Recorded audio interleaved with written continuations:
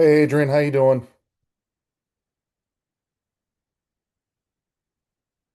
Oh, starting to get some guys in, so that's good to see that my Zoom is working. Are you able to hear me? Yes, Corey, we're good. Okay, good, Yeah, I good. can hear you. Sorry. I'm working on other stuff too. So Oh, you're fine. Brian, is that your guys' back judge you got with you there, or what? What's going on there? Yeah, oh yeah, this is the newest rookie in the MIAA. So sometimes, yeah, okay, we got the field judge coming in here too. Uh-oh, there we go. So the background loves it. Yeah. Um, Nick might be a little bit late. Okay, He said he's had a late dinner, so no you're problem. already recording, so I figure he'll Yep, be fine there, and you can just share the link with him when it's yeah, done, so he can take care of no problem. I'm gonna get some stuff up here, share a screen thing, and upload some stuff, so I'll be with you guys in just a few minutes. that. Sounds good.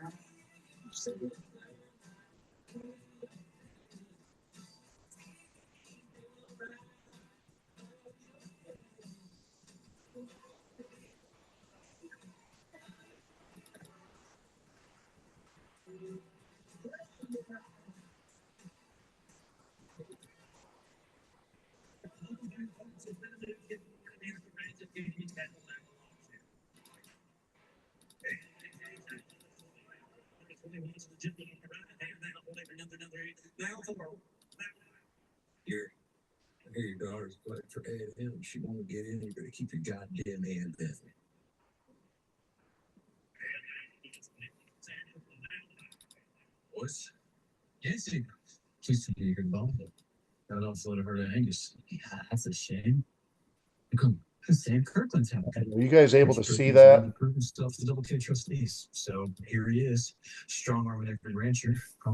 Yeah, what we see is your full screen, so we see the whole Okay, punt good. leg full Okay. slide. All right, good. Thank you. When you click slideshow, it should turn to just that, but Let's see. Click slideshow. Where do I do? yep, right there. Yep. Now we just have the presentation, so perfect. Perfect. Thank you, guys.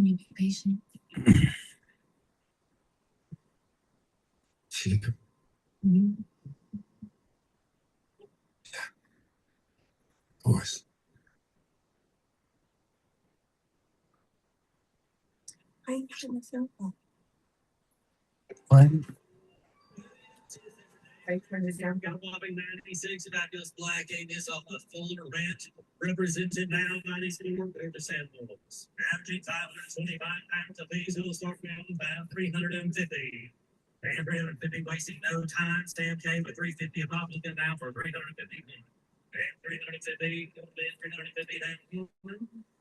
Come on, folks, take the premium steer. How about you, Gary?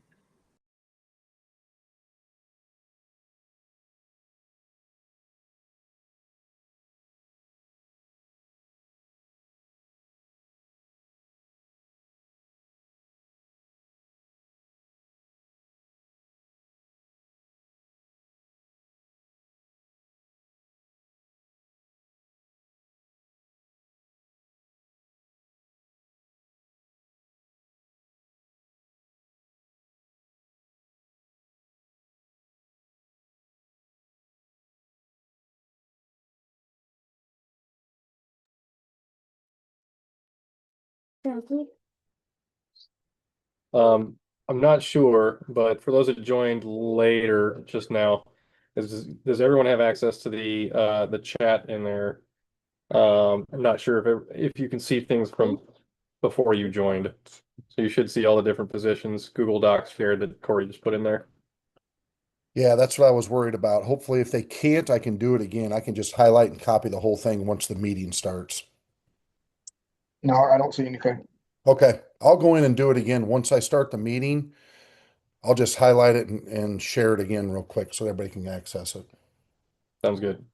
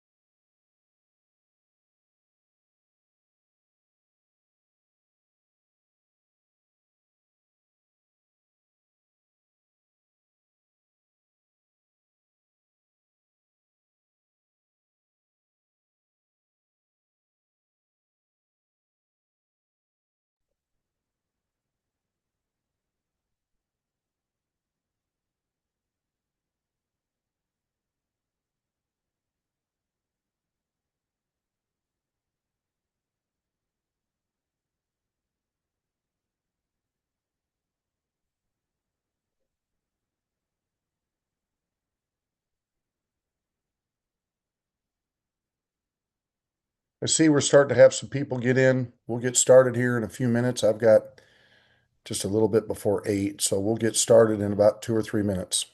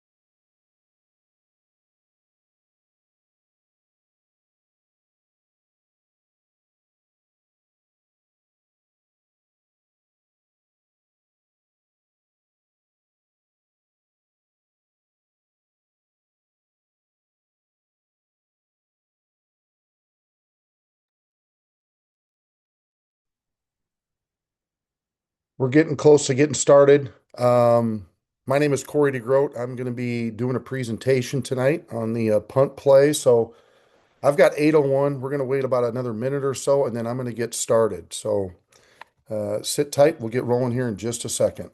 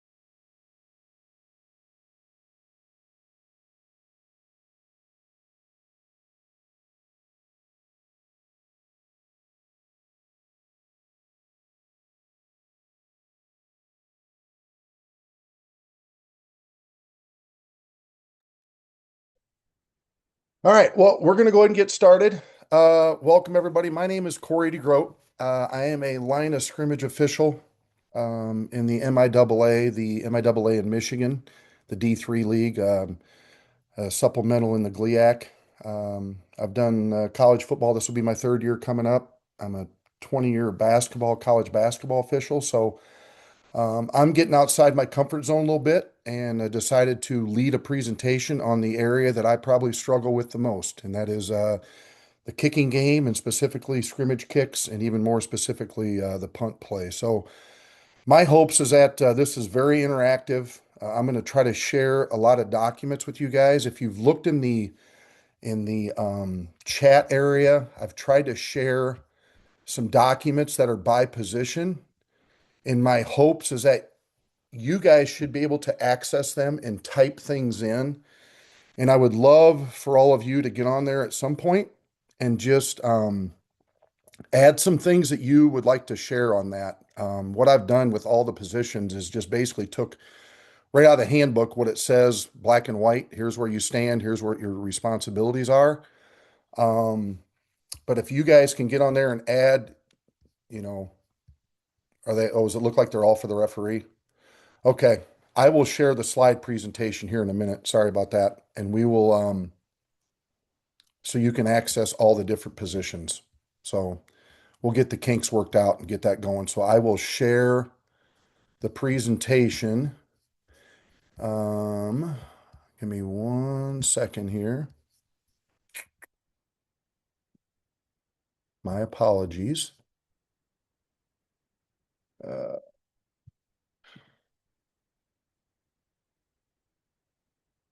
Figure out why that's not showing up here in just a second. All right. We are going to screen share. Um,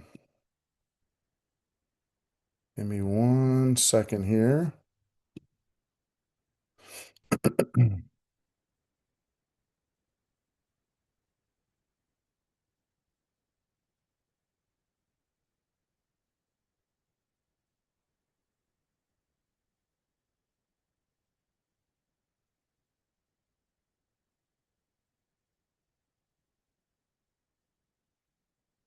Hmm. Okay. There it is. Okay. All right. So let me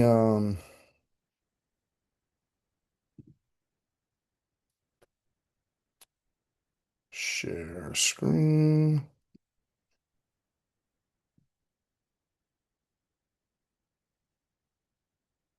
All right. Are you guys able to see that?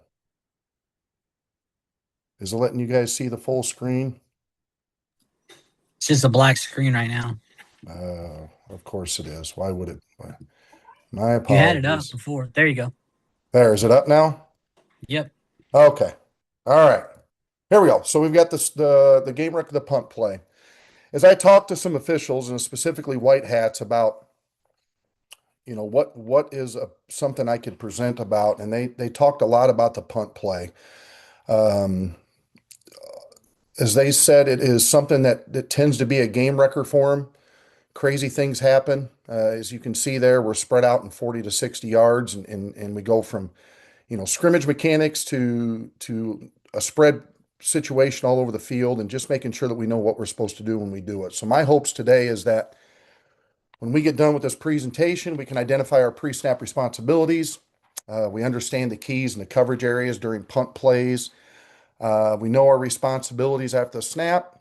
We can make sure we properly officiate all punt situations and the rules that apply, improve some crew communication mechanics, and then understand the new numbering exception rule and how it applies to the punt play and how we're going to communicate that. So just a quick look at the numbers as I did a little research. This past season, Division One, each team punted the ball between 3.8 to 4.1 times per game. Division Two, you can see there. And we didn't have a ton of punt returns. Probably half the punts that are kicked per team are returned. So we have a lot of fair catches. We have a lot of either go through the end zone or go out of bounds. Um, so that was an interesting stat. And you can see there the team that probably kicked it the most was Ball State. They had 6.2, and then you had USC that only kicked it 1.8 per game. So I think philosophies are changing. I think teams are maybe going for it on fourth down. I think we're seeing field goal kickers can kick it from further away. I think we're seeing some different strategies that are making the punt play a little different than maybe what it was 5 years ago. But it's still something I think that we want to make sure we're ready for and have a good foundation. So when I share this slide presentation in here in just a little bit, this is the guidelines that I'm hoping you guys are going to be able to get access to, that you can go in and just see what's on there from the handbook, and then add things that you've learned, you've picked up, little nuggets of information that can really help each position in this play.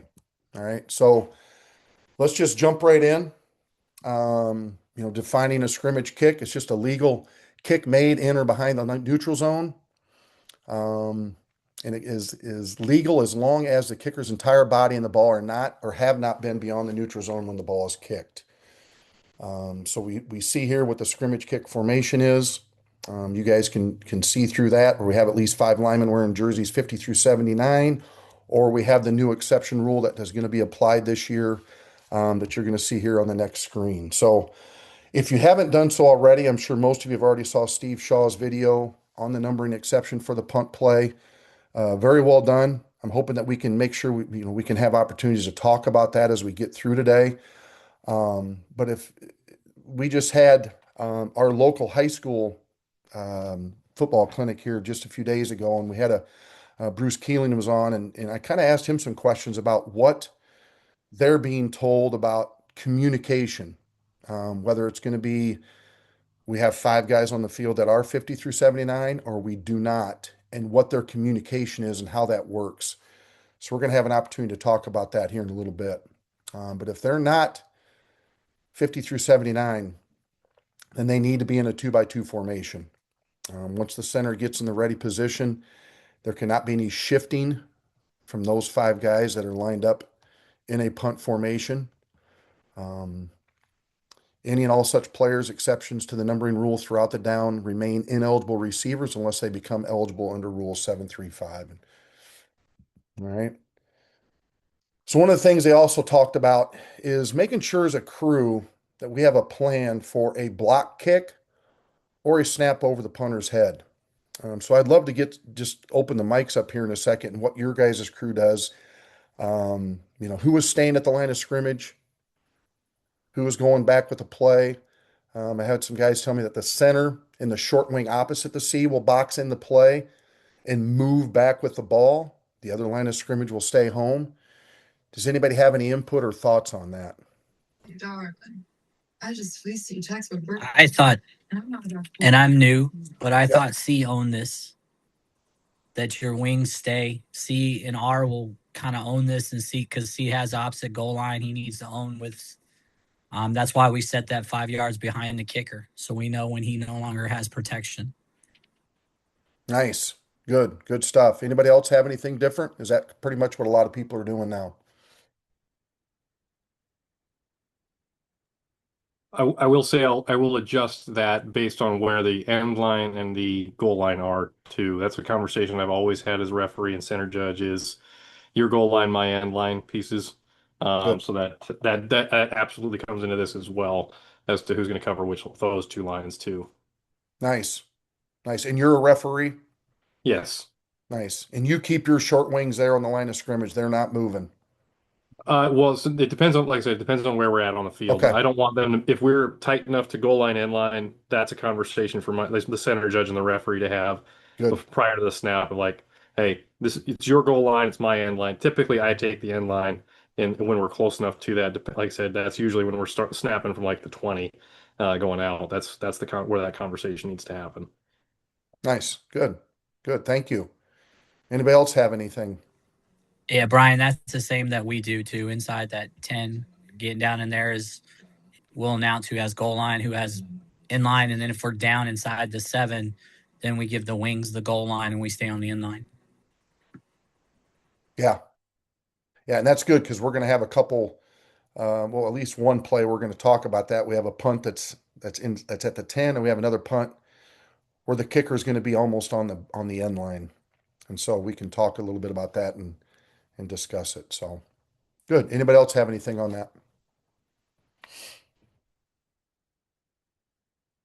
Good. And as I said, open up your mics, input at any time, please. Appreciate that. So we talked a little bit about formation. So now we have a good snap and we have a punt. So the first thing that really needs to happen with line of scrimmage is we need to make sure whether or not the scrimmage kick has crossed the neutral zone. It's critical in terms of whether or not the ball can be advanced, which team is in legal possession of the ball, and enforcement of penalties for certain fouls. So short wings, you really have to kind of own this and know the rules. So a scrimmage kick has crossed the neutral zone when it has touched the ground, a player, an official, or anything that is beyond the neutral zone. So in his example here, it just says, so that means if an airborne untouched kick crosses the neutral zone in the air and is blown back by the wind and first touches something or someone behind the neutral zone is considered not have crossed the neutral zone. The blocking of a scrimmage kick, and that's more for field goals, by an opponent of the kicking team who is not more than 3 yards beyond the neutral zone is still considered to have occurred within or behind the neutral zone.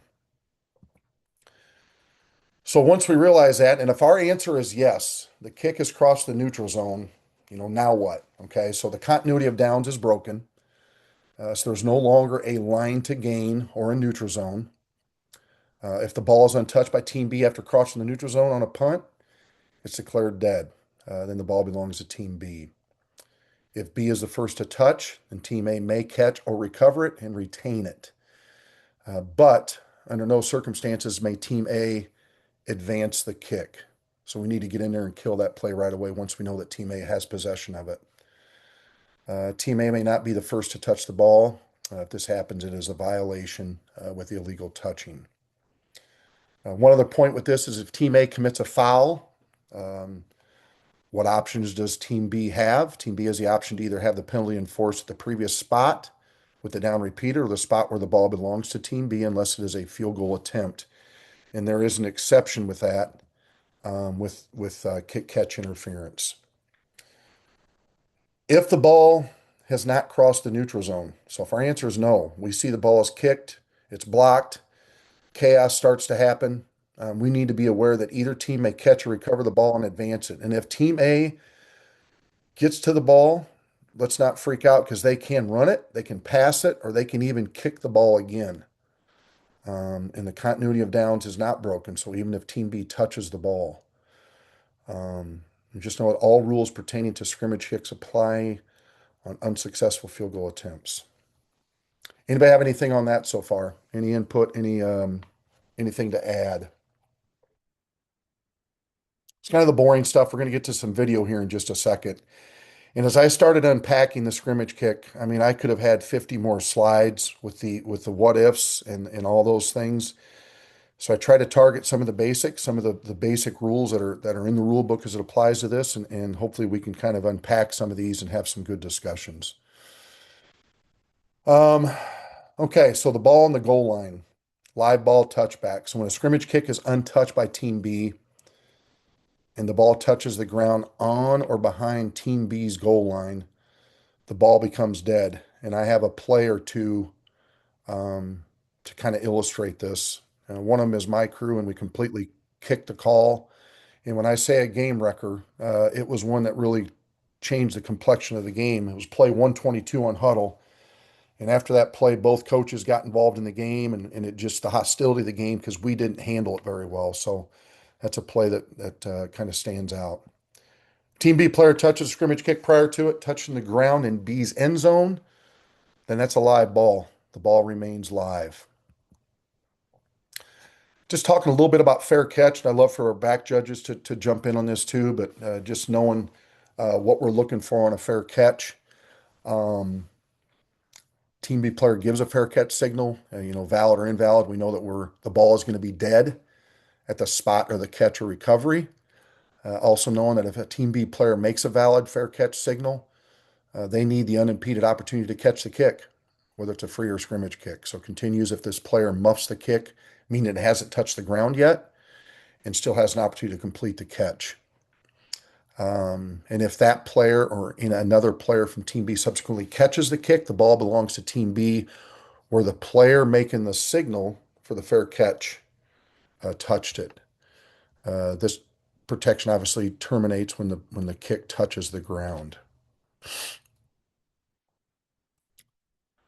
As I talked about a little bit earlier, fouls by Team A on a kick catch interference exception. So penalties for all fouls by a KCI by the kicking team during scrimmage kick plays, except for obviously unsuccessful field goals in which the ball crosses the neutral zone is enforced at the spot of that foul, as it sees there on the second bullet point. So, all right, so before we jump into some plays, when you get into the slide presentation, here's some really good stuff that's out there that also talks a little bit about the kick play. So Dave Allman's stuff that he sends out, if you go to topic 2, his quiz is really good as it relates to scrimmage kicks and specifically the punt play.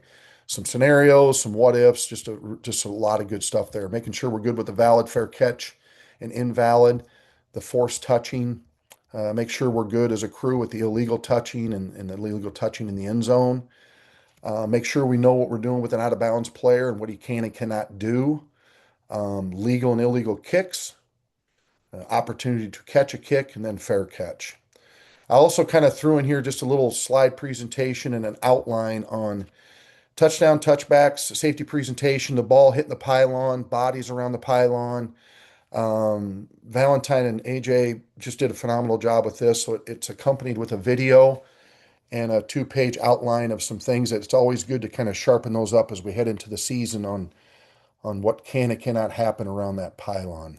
So, all right, so we're going to jump right into some plays. Anybody have anything with any of those slides they want to add?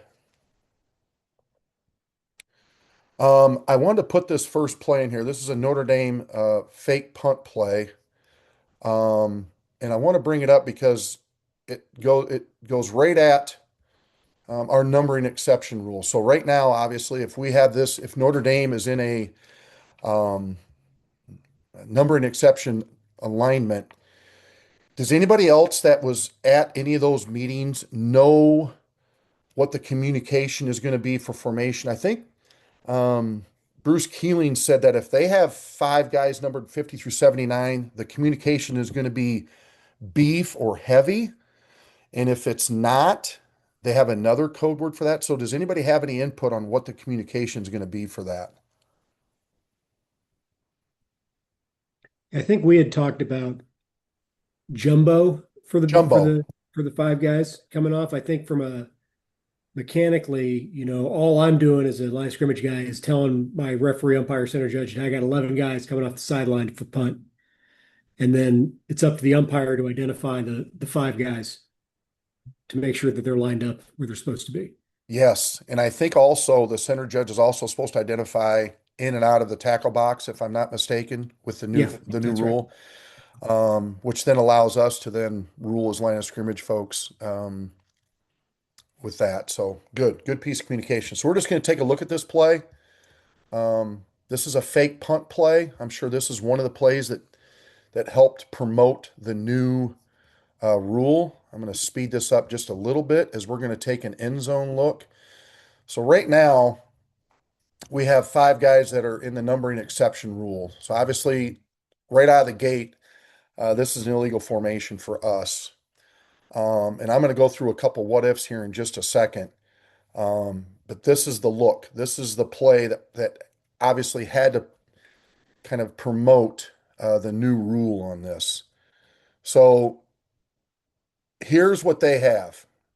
They've got five linemen in the number and exception rule, and the ball was directly snapped to 40, and he threw a pass to 28. Okay. Pretty cut and dry. This is going to have a flag down on it. Not an issue with that. Anybody have any questions on that? Any is it a legal formation? No, it's not. Just a quick clarification then for this year. The Yep. blue boxes for this year, if they're in their normal, proper, numbering, like Mhm. 50s, 70s, then 28, of course, is eligible and 40 could catch the snap and throw it. The issue here is those numbers right now, like, well, I just switched it. So you're talking about this scenario. yes, this is fine, right? Yes. Yeah. That's what I want to ask. This is what I brought up. And I also heard, if someone can correct me if I'm wrong, they're widening the tackle box area. Is that correct? So as I recall, Steve Shaw said something to the effect of, like, if we snap from dead center, if we snap from position 3, the tackle box roughly extends both hashes. Okay. Like it's slightly narrower than that, but like it's a pretty wide space. They didn't want us to be too perfect with the tackle box.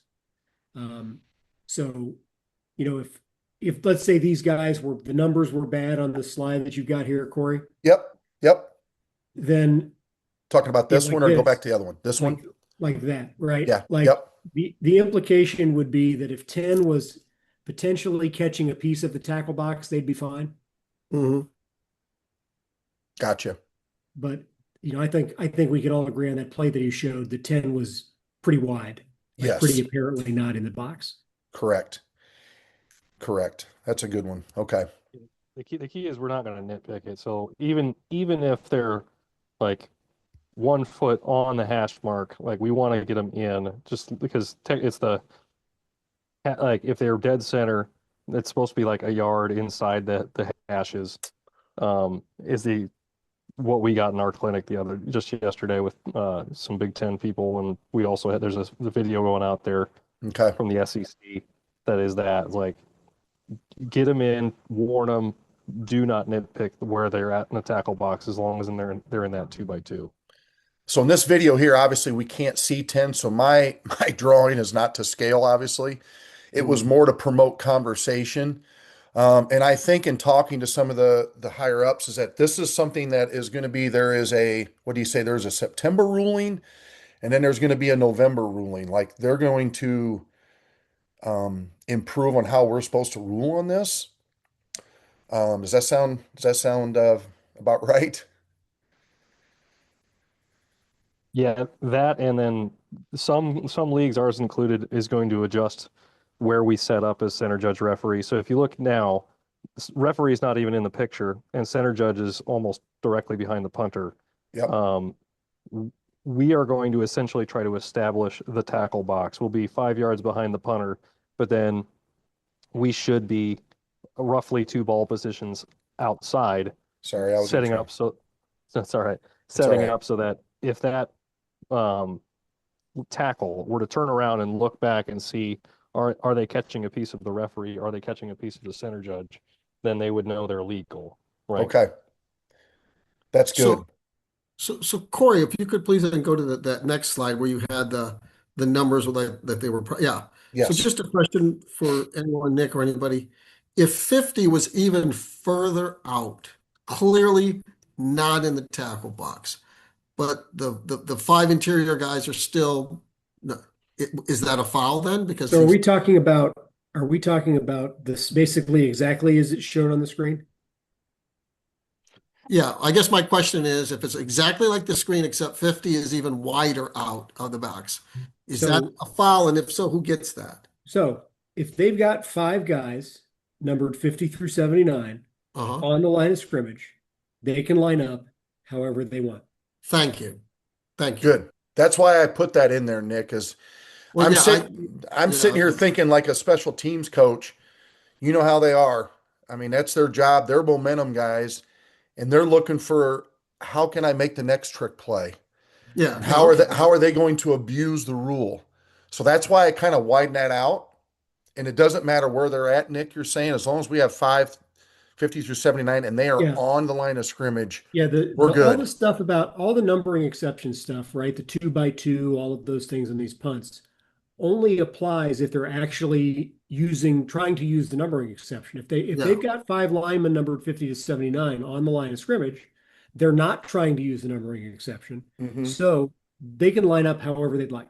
In fact, Correct. they could line up They- so that 50 here was outside of 84. That formation would be legal, but 84 and 50 would both also be ineligible by number and position.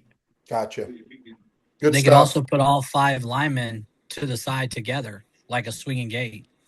Correct. If they wanted, it would still be legal. Yeah. So communication, I guess, is going to be paramount this year with this new rule, is kind of what I'm hearing. On that schematic, isn't 50 ineligible he's covered by 84 if I'm Correct. doing Correct. He's Yeah. he's ineligible by number and by position. He's covered and also by number. So we kind of already answered these a little bit. So how do we communicate the formation? So how is this? Can someone walk me through real quick what this is going to sound? I don't want to keep beating this whole thing up, but what is the communication? Okay, so we've got 4th down. The team comes out, they're in punt formation. What is the communication going to sound like in sequence? Can someone go through that with us?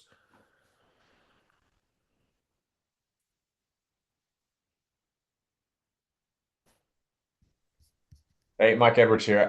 I'll take a stab at it. I think Okay. what we kind of talked about at our clinic was one, the center judges now have to spot those punts, and that changed in the mechanics book. So I would theoretically be at the ball, and I would turn around and go to the shield, and I could clearly see that. But the umpire has the primary.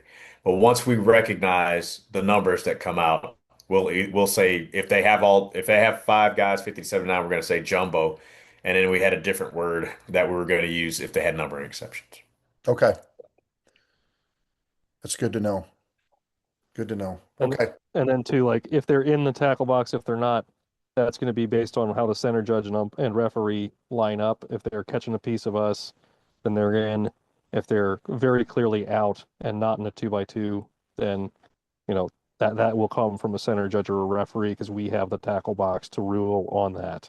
And And so is that going to be as simple as what it would be for you guys communicating for us when it's trips and we're wondering if that H back is in or out for pass coverage? Are you just going to simply say in or out? Is that all that's going to be? I think it would.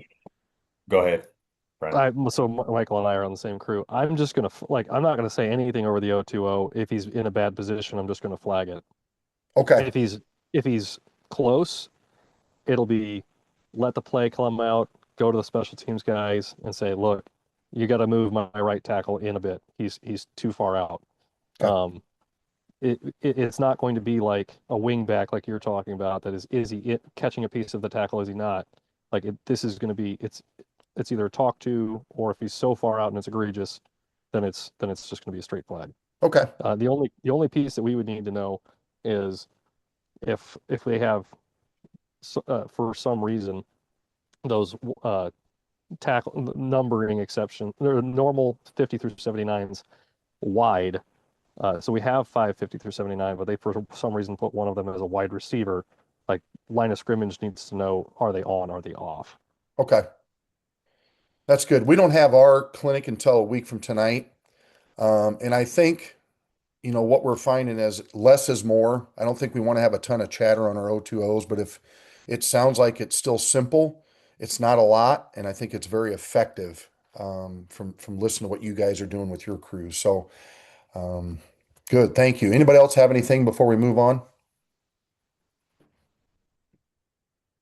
Okay, awesome. Thank you guys. This is just a simple little play, just staying on top of it. Making sure we're alert. We know what happened, and we know what the spot of the ball is going to be. If you see there, the ball hits 24 in the helmet. Kind of a goofy play that happens. This crew got it right. Um,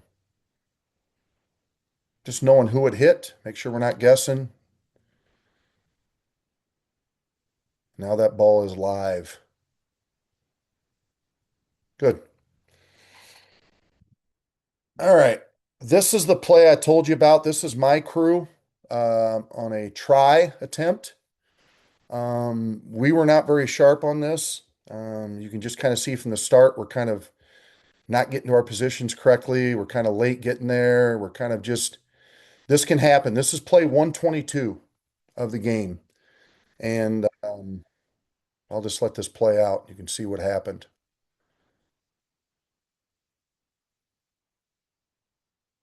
This is the game wrecker play for us.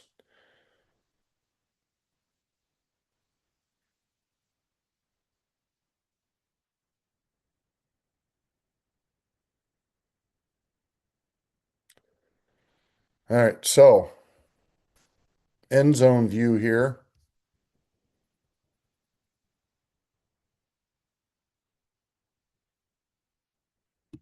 Boom.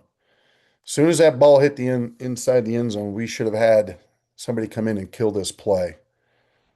But we didn't. And we fell asleep.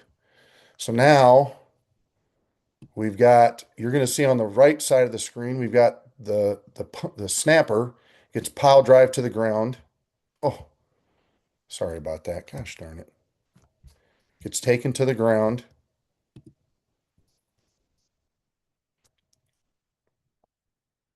And it's not good.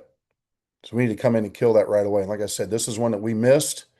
Next thing you know, we got a block in the back. We've got coaches almost on the field over here to the right. Kid gets hurt. The away team is upset because they felt like we missed something. It was just not good. So as we talked about the rules earlier, we need to be sharp on that play. We need to be a little better. Just, for us all to learn, what was play clock countdown status? Good question. I don't know. I can't see it. There it is. It's going to be inside of 20 seconds. Looks like it's going to be at about 13 or 12 when he kicks it. Was there confusion on that it was a try and not a field goal? Um, to be honest with you, I think it's just a brain fart by our line of scrimmage on that side.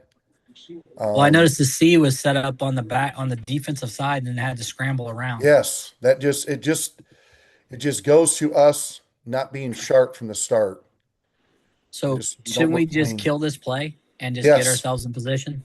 that's what I thought we should have done. All the hindsight is something to learn from here.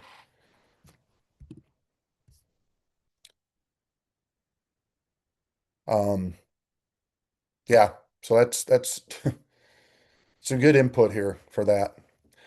Here's a play, and this seems to happen sometimes. Um, Kids forget what team they're on. Oh shit, field goal team's on. We have a late run out on this. So you're going to see at the top of the screen, all of a sudden, oh my God, we're missing our left tackle.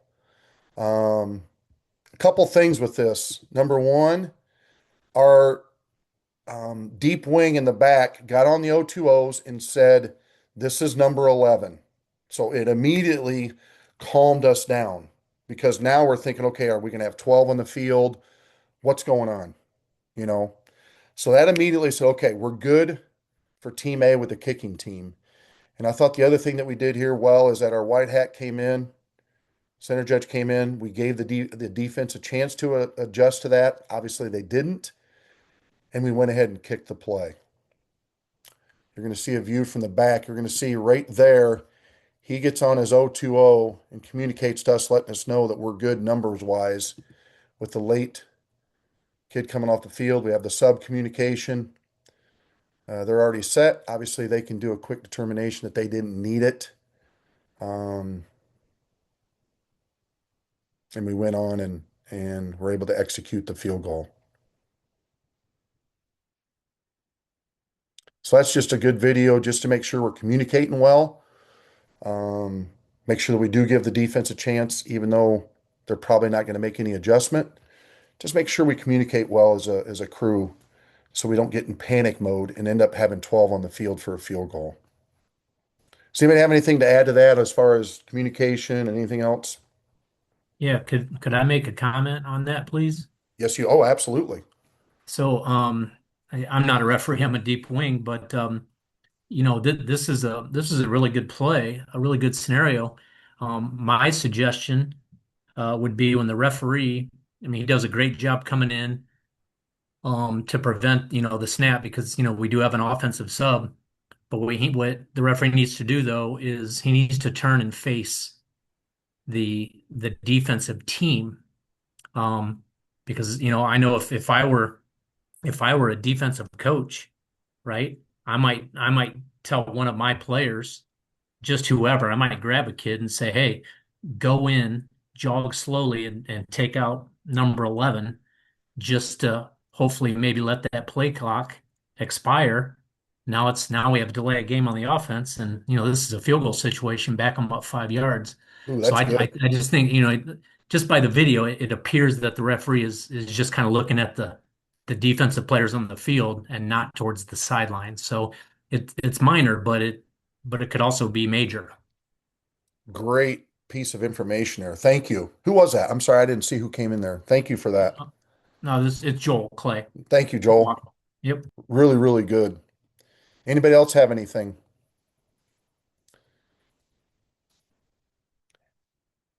Good. Thank you. Maybe I just a quick question, and Yep. maybe I'm being a little silly, and Mike, don't yell at me. If they only have 10 on the field and the R and the U have already recognized that to counting, is it a sub or is it them just getting 11? In other words, is it sub mechanics? Because they're not running a player off. They're True. only running their 11th player on. So is it truly, are we supposed to go to a sub mechanic? Or Brian, maybe you could help with this one. Are we supposed to go to a sub mechanic, or is it just, hey, they're getting their 11th player in? So there's no reason for a defensive match. Good Yeah, question. so until they have declared their 11, defense is allowed to know. So when they're at 10 and somebody comes off the sideline, that makes their 11 declared. And yes, we absolutely have to be in sub mechanics. Anytime somebody comes off of the bench, we have to go into sub mechanics. And Yeah. because we don't know who their 11 is supposed to be, when they sneak that last guy on, we have to give them an opportunity. Now, Okay. they may not, like they didn't here, but until we have 11, I mean, like I said, this could be a regular scrimmage play, and it's their 11th person. Like, we're like, okay, now we've changed things. We have to give them that opportunity. Yeah.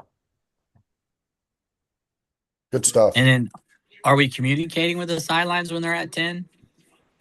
Or do we just kind of let them be?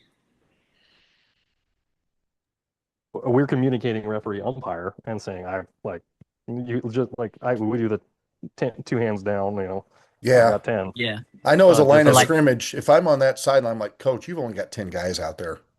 Like I would, I Mhm. mean, I'm gonna let him know. Kind of a preventive officiating there a little bit, hopefully. But I mean, yeah. Anything else on that? Is that good? Is that bad? Is that something I shouldn't do? What do you think?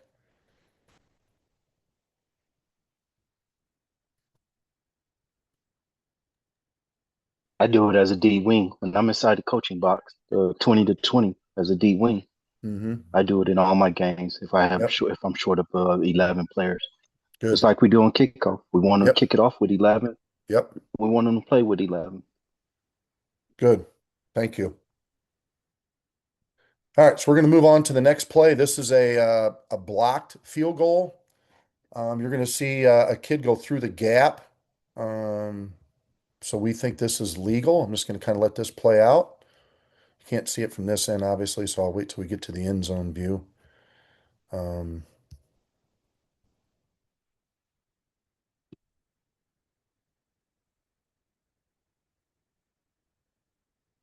and from here, I thought the crew did a pretty good job of trying to get out of the way. And then we get a blindside block pickup on a foul. I thought a great job by our umpires seeing that and not panicking and staying with the play. What is some tricks of the trade you guys can do that are caught in the middle of the fray here? I mean, as this thing happens and it starts to unfold, right there, I mean, you can see my center and umpire are already starting to go, oh shit, now where do I go? What am I looking for? What do you guys got on this? What's the training? Anybody got anything on that? Generally, Well, when go ahead, Michael. generally when plays start going the other way, antennas got to go up to look for blindside blocks because that's a perfect opportunity for people to do it. Mm-hmm. What you got to do is kind of divorce your eyes from the action at the ball and start looking for players who are kind of slowing down and starting to look for opposite way blocks. Good. Another question someone asked me the day is, who has the spot on this? Does line of scrimmage still have this? Are we going to have someone else come up and get the spot? Who handles that? Or does it matter?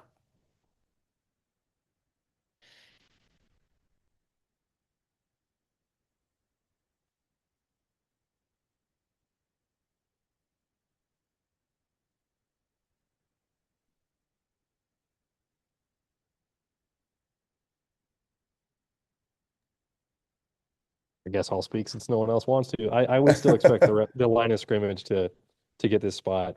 Okay. Um, like Michael said, we're looking for people flowing in the opposite direction as far as blocks go.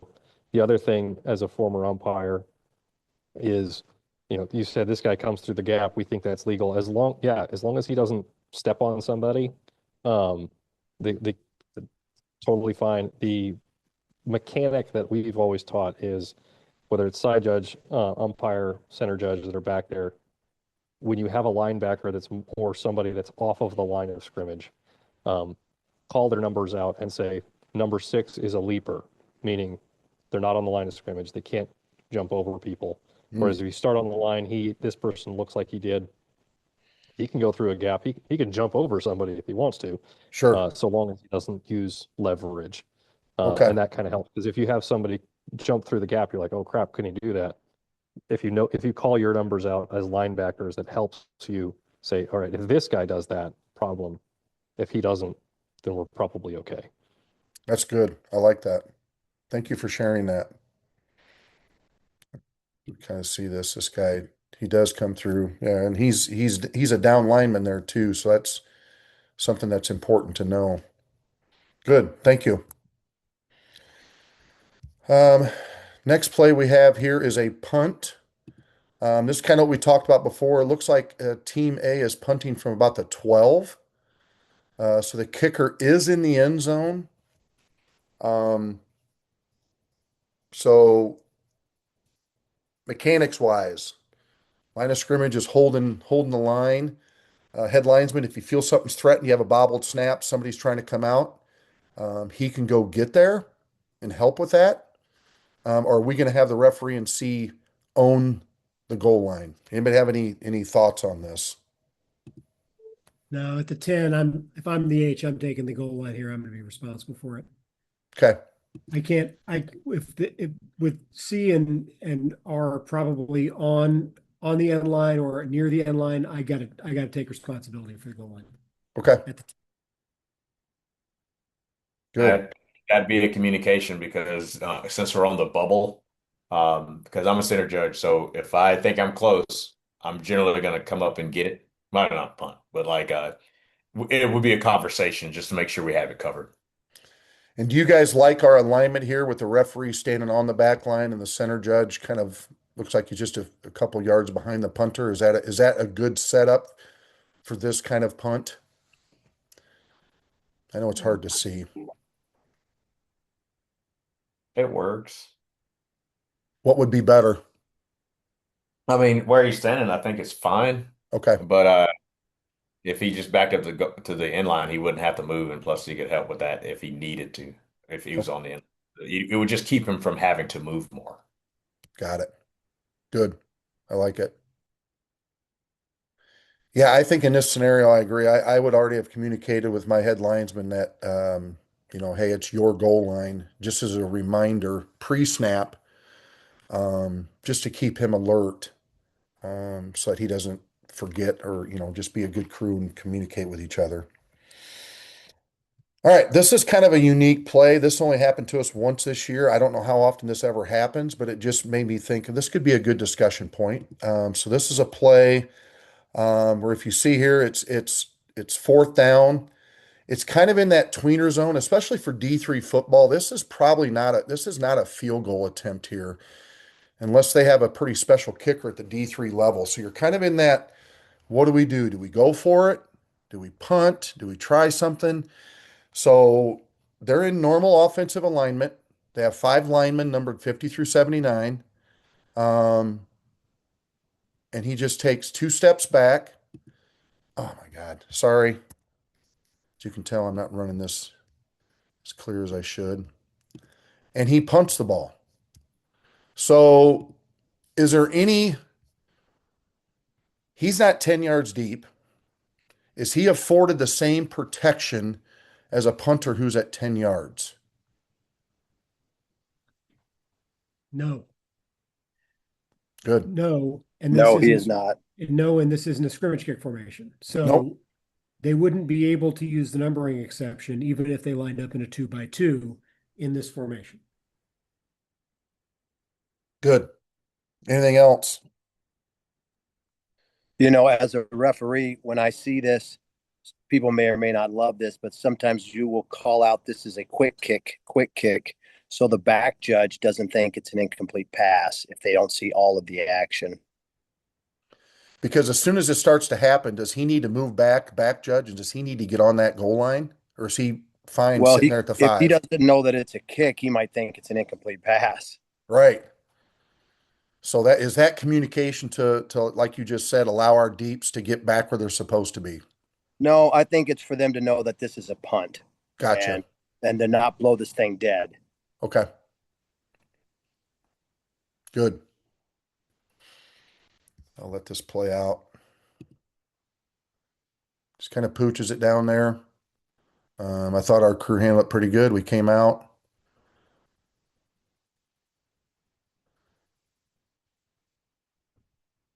And killed it. Good. Did the coach bring it up in the pregame? I don't think he did, and we never saw it on film. Okay, so first time. First time. This is early season. This is week 2 of the conference season. So it's one of those, I think it's probably the first time they had an opportunity to try it, not let them have a defender or a returner back and just see if we can pin them deep. All right. This is the swinging gate. I'd like to hear what your crew does. I thought our crew did a good job of, if you can see here, as soon as they switch from swinging gate to normal formation, you can see our guys come sprinting in.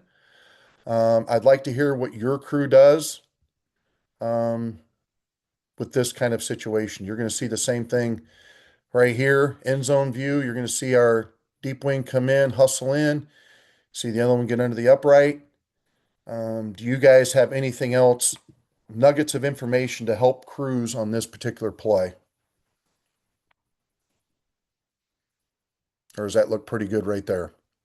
I mean, I think that looks good. I would point out that with the rule change, the only way for that to be legal, for them to run a swinging gate at all, is with 5 linemen numbered 50 to 79. Ooh, it's a good reminder. Thank you, Nick. Because if they line up, if they have numbering exception players, they would have shifted, and that would be a problem. So if they don't have if they don't have 5 guys numbered 50 to 79, a swinging gate is illegal. So this is going to On a be try? It's a scrimmage kick. It's a scrimmage kick formation. So they don't try field goal, whatever. They will have to have 5 guys numbered 50 to 79 in order to execute a swinging gate. So this goes back to our communication we talked about earlier with the referee and the center judge, Jumbo, or whatever the other communication we have. So in order for this to be legal, they need to have 5 guys 50 through 79. Correct, Nick? In order to run a play, if they want to stay in this formation, then do a quick snap to somebody and do whatever the swinging gate does. It's like the wing T of field goal kicking. They got to have 50 through 79. Well, in order to do that, or to shift into a field goal formation, do anything. Okay. So the minute, let's just say we have a team here that does not have 5 guys 50 through 79. They start in this.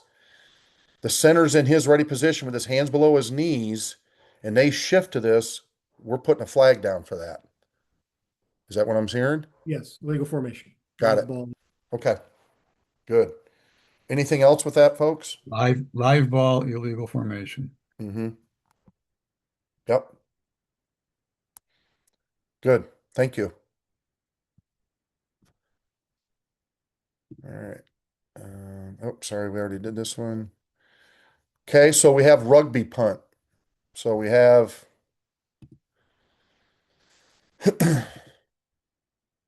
he clearly gets outside the white hat. So when he gets to here, is there anything that he is no longer afforded, or does he still have the same protection as a normal punter?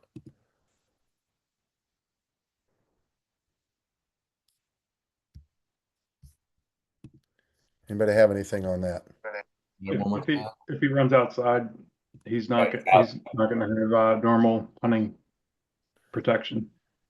So he gets hit as he's kicking. It's legal. We're playing ball. Yeah. Right. Good.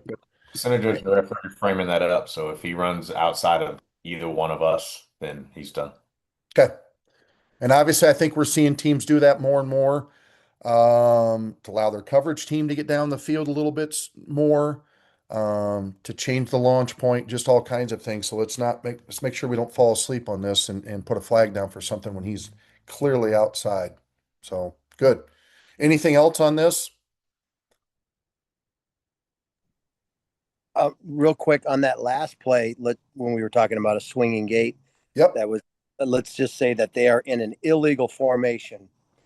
That's not a flag. That's not a foul until the snap. So the coach could call a timeout if he anticipates all of this and get out of this. Correct? Correct. Okay. So he has till the snap to correct this, or really his only correction is to take a timeout. Correct. Once he presents as an illegal formation, because it's not a correctable situation for him. So a timeout is his only resource in that scenario. Okay. Thank you. Yep. In week 1 and week 2, folks, if your film study is telling you've got somebody that's done this in the past, and this is obviously, we have 2 teams in our league that did it. We're going to need to make sure we get with them right away in our pregame. So that's what we just talked about there outside the tackle box. No longer afforded the same protection as a kicker who's inside. Okay, so here's the play we talked about earlier, and I like what you guys said about alignment. Here, we're now kicking from inside the 10. And and I think our head linesman did not get to the goal line. Yeah, he did. Yeah, he did. So he's moving, gets there. Ball is kicked. Line judge stayed home. He had the line of scrimmage. We had our white hat and our center judge back on the back line. Do we like their positioning? Nitpicking a little bit. Do they need to be a little wider? Is everything look good here?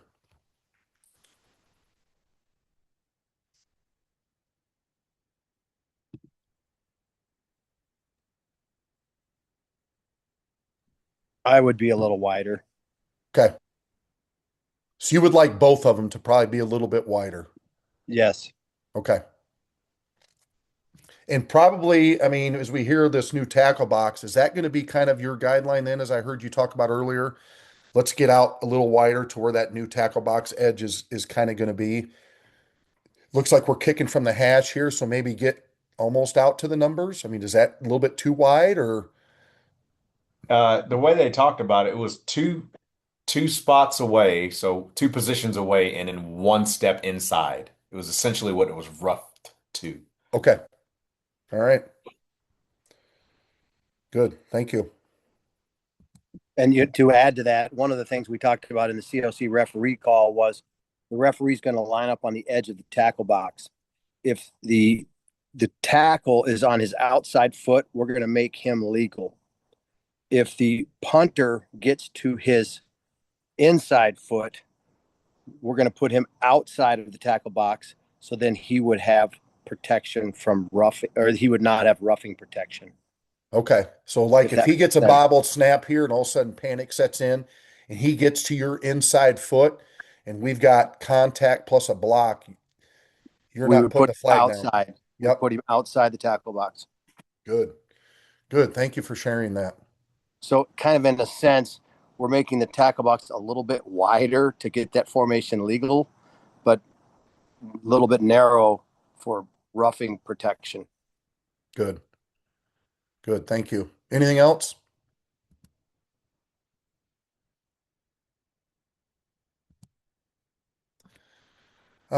I got a few more plays. I see we're almost at an hour, so I wanted to show this. And is this a legal play or not? Kind of found this film scrolling through YouTube. I'm gonna let this play live, and then I'm gonna show another view here.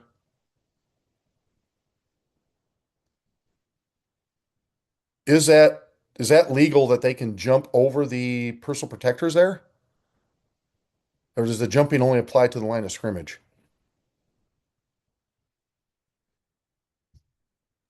No, they cannot go over the head and shoulders of the personal protector. Okay. It's leaping. I thought that was illegal. I mean, I thought he clearly launched. I thought he clearly jumped. He got taken out. And it's a Yeah. big play because he ends up getting he's the one that blocks it. Yeah, he's over the frame, can't do that, and it's a safety issue. So Yep. gotta get that. Okay. Good. Thank you.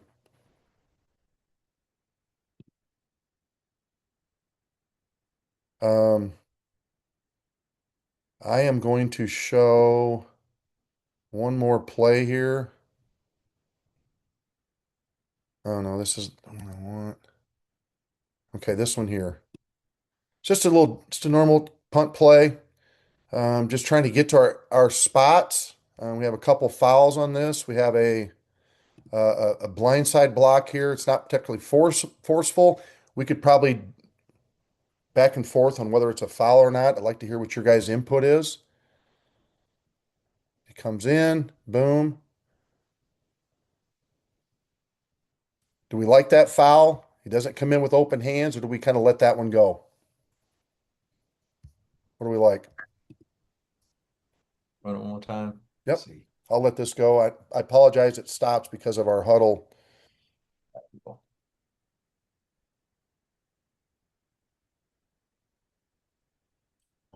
Leads with the shoulder. We like that foul. Is that kind of something we're looking for back there?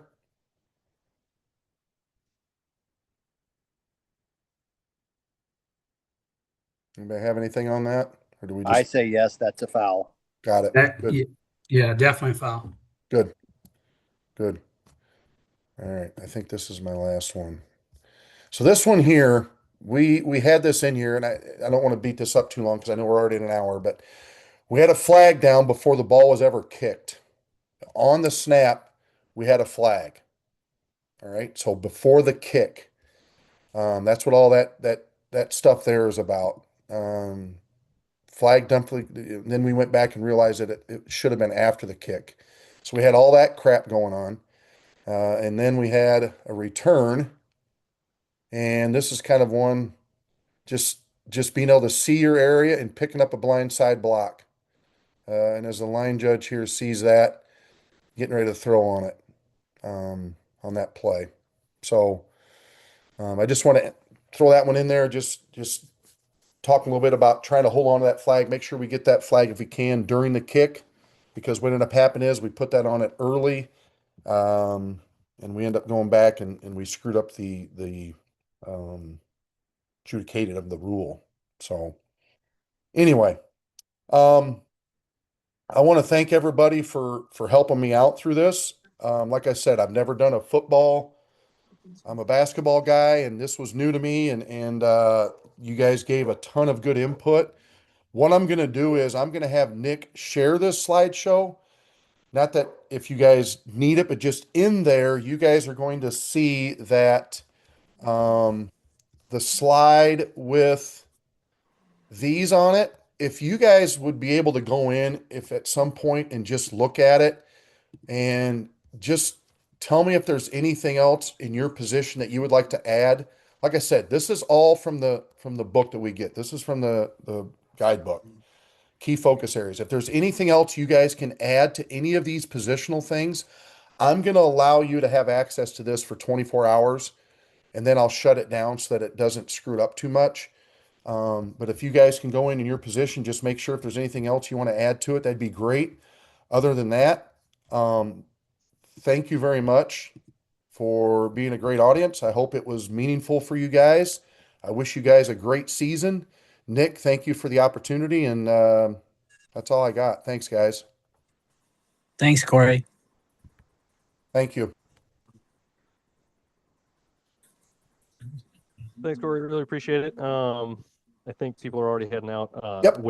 Nick asked me just to kind of remind you to send the link of the recording to him so we can get that posted. But nice job, nice work. Thanks for being willing to present. I appreciate it. Hopefully it was all right. But yeah, thank you very much, Brian, for your input, and have a great season, man. Appreciate you. You too. Yeah, thank you. All right, let's see. And